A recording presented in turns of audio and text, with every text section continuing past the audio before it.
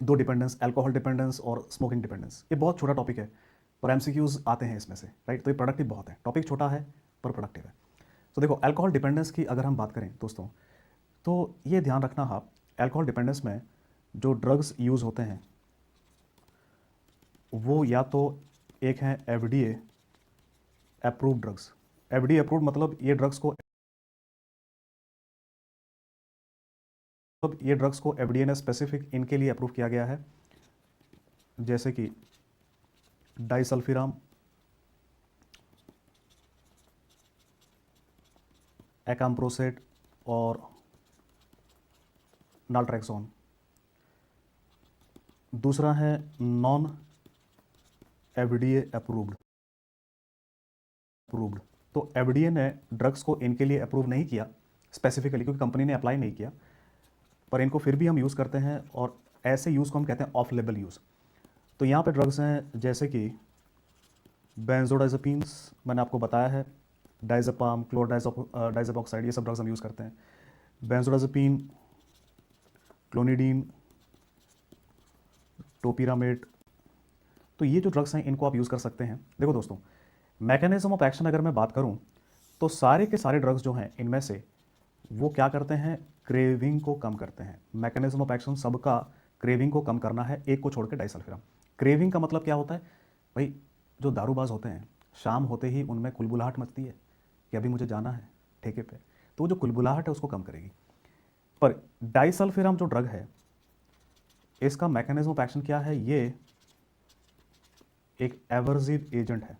एवर्सिव agent है, तो disulfiram के बारे में थोड़ा सा मेरे को डिटेल में आपको बताना पड़ेगा।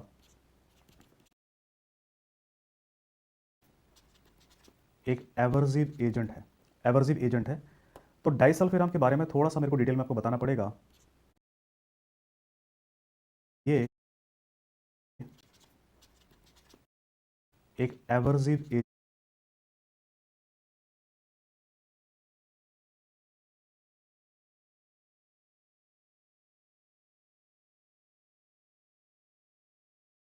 एजेंट है, एवर्सिव एजेंट है, तो डाइसल्फिराम के बारे में थोड़ा सा मेरे को डिटेल में आपको बताना पड़ेगा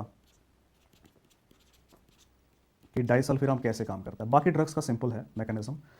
डाइसल्फिराम देखो कहाँ काम करता है, जब भी आप अल्कोहल लेते हैं तो एक एंजाइम अल्कोहल को मेटाबोलाइज करता है, उसे हम कहते हैं अल्कोहल डीहाइड्रोजेनेस, राइट। और वो मेटाबोलाइज करेगा इसको एस्टल्डिहाइड में।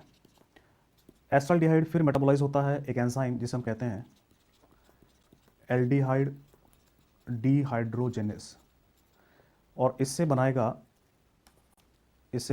एसिटिक एसिड, राइट, जो कि नॉन टॉक्सिक है और ये बाद में एक्सक्रीट हो जाता है। अब दिक्कत क्या होती है कि जब आप डाइसल्फिराम देंगे तो डाइसल्फिराम क्या करता है, ये कौन से एंजाइम को ब्लॉक करता है, ये आपके एग्जाम में सवाल कई बार पूछा गया, एल्डिहाइड डिहाइड्रोजेनेस। उसकी वजह से बॉडी में क्या बढ़ जाएगा, एस्टाइलडिहाइड। और ये जो एस्टाइलडिहाइड है ये टॉक्सिक मेटाबोलाइट है, ये क्या करता है, नॉजिया, वॉमिटिंग करेगा, हाइपो टेंशन करेगा,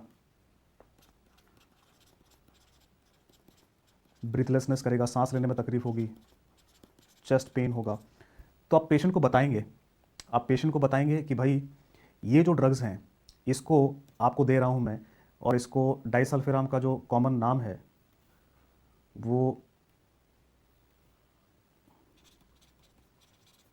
एंटाब्यूज़ है। तो ये कई बार एंटाब्यूज़ देते हैं, कई बार डाइसल्फिराम देते हैं। तो आप पेशेंट को कहेंगे कि भाई मैं आपको एंटाबूज़ या डाइसल्फिराम दे रहा हूँ, ये आप लेंगे, डेली लेंगे, और इसके ऊपर से अगर आपने अल्कोहल लिया तो ये हो सकता है आपकी जान भी जा सकती है। तो होगा क्या, पेशेंट डर के मारे अल्कोहल नहीं लेगा।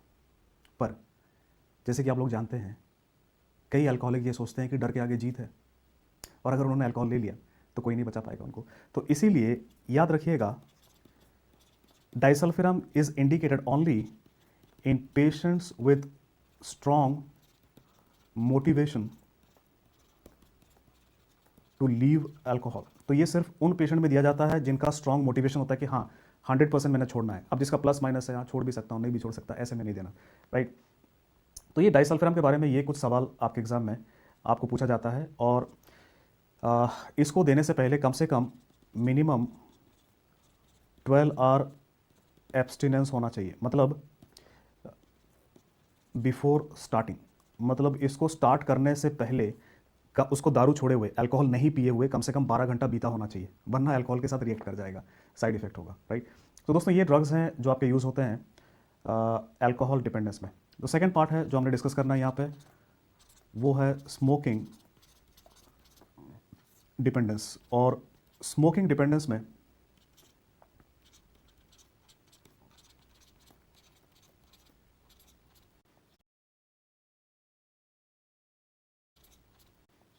जो फर्स्ट लाइन ड्रग्स हैं, यहाँ पे ड्रग्स हैं, एक है आपका ब्यूप्रोपियोन।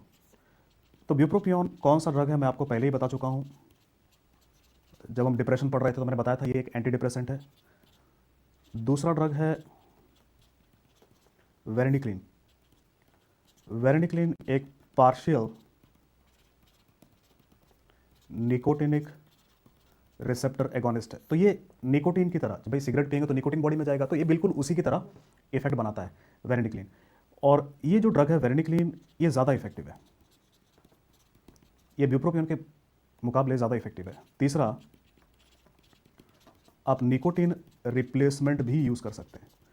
और निकोटीन का रिप्लेसमेंट जो होता है वो गम्स के तौर पे होता है, च्युइंग गम जो होता है, सबसे कॉमनली ये यूज़ होता है बिकॉज सस्ता है, आसान है। नेज़ल स्प्रे भी यूज़ होता है, याद रखिएगा नेज़ल स्प्रे ये सबसे effective form of nicotine replacement है। तीसरा, आप इसको एक पैच के तौर पे यूज़ कर सकते हैं, ट्रांसडर्मल पैच स्किन पे लगा दिया, ये महंगा होता है। और लोजेंज, लोजेंज मतलब एक चॉकलेट की तरह होगा, जिसको आप टॉफ़ी की तरह होगा, जिसको आप चूज़ करके खाएंगे। तो ये निकोटीन रिप्लेसमेंट है। और दोस्तों ये जो बताया मैंने ड्रग्स आपको, ये फर्स्ट लाइन ड्रग्स हैं, पहले आप इनको यूज़ करेंगे। सेकेंड लाइन ड्रग्स जो हैं, सेकेंड लाइन ड्रग्स में एक ड्रग है साइटिजिन। तो ये जो ड्रग है दोस्तों, ये भी एक पार्शियल निकोटिनिक रिसेप्टर एगोनिस्ट है। और इसका जो सोर्स है ये प्लांट में से डिराइव किया गया है। और साइटिजिन जो है, इसी से वी हैव मेड वेरेनिक्लिन। तो जो ड्रग मैंने ऊपर बताया आपको, वो बनाया किससे गया है, इसी साइटिजिन से बनाया गया। साइटिजिन कहाँ से मिलता है, एक पेड़ में से मिलता है, राइट। दूसरा ड्रग है यहाँ पे क्लोनिडीन, और तीसरा ड्रग है नॉरट्रिप्टिलिन, जो कि हमने डिस्कस किया है, ये एक ट्राईसाइक्लिक एंटी डिप्रेसेंट है। तो दोस्तों ये ड्रग्स हैं जो स्मोकिंग डिपेंडेंस में यूज़ होता है। जैसे कि मैंने कहा, स्मोकिंग अल्कोहल डिपेंडेंस बहुत छोटा टॉपिक है, पर एमसीक्यूज आते हैं। सबसे इंपॉर्टेंट ड्रग कौन सा है यहाँ पे, डाइसल्फिराम में यूज़ होता है। जैसे कि मैंने कहा, ट्रिप्टिलिन, जो कि हमने डिस्कस, ड्रग है यहाँ पे क्लोनिडीन, और तीसरा ड्रग है नॉरट्रिप्टिलिन, जो कि हमने डिस्कस किया है, ये एक ट्राईसाइक्लिक एंटी डिप्रेसेंट है। तो दोस्तों ये ड्रग्स हैं जो स्मोकिंग डिपेंडेंस में यूज़ होता है। जैसे कि मैंने कहा, स्मोकिंग अल्कोहल डिपेंडेंस बहुत छोटा टॉपिक है, क्या है, ये एक ट्राईसाइक्लिक एंटी डिप्रेसेंट है। तो दोस्तों ये ड्रग्स हैं जो स्मोकिंग डिपेंडेंस में यूज़ होता है। जैसे कि मैंने कहा, स्मोकिंग अल्कोहल डिपेंडेंस बहुत छोटा टॉपिक है, पर एमसीक्यूज आते हैं। सबसे इंपॉर्टेंट ड्रग कौन सा है यहाँ पे, डाइसल्फिराम।